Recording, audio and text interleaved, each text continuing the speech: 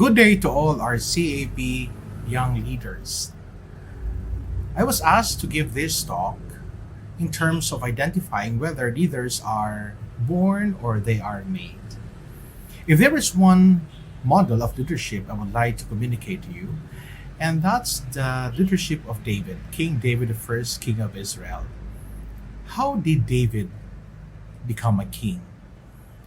In the book of the prophet Samuel, there we are able to identify that David has been chosen by the Lord.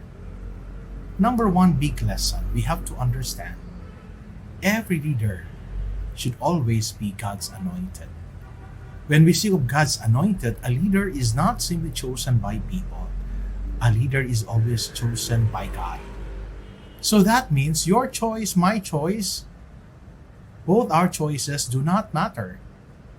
Our choices should always be God's choice. We should always be able to discern and know what really God wants, whom really God would like to lead us as a country and as a nation. So when we speak of God's choice, then the second point comes in. So in terms of leadership, then we follow not your standard, not my standard, not the world's standard, but always God's standards.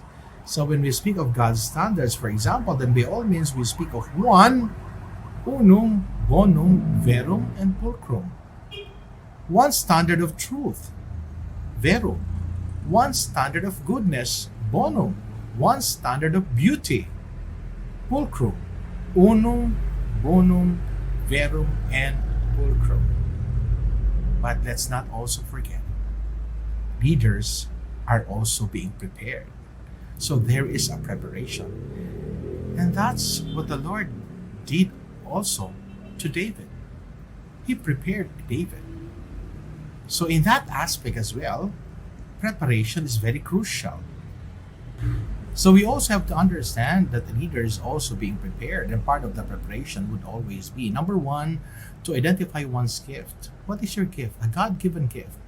And that becomes effortless. Number two, to develop your potentials. What are your potentials? What are your capacity? You have to develop them. So a leader is both born and made. But the most important thing would always be to identify whether one's heart beats for God, for others, and for country. To be able to identify whether one's heart beat for truth, goodness, and beauty.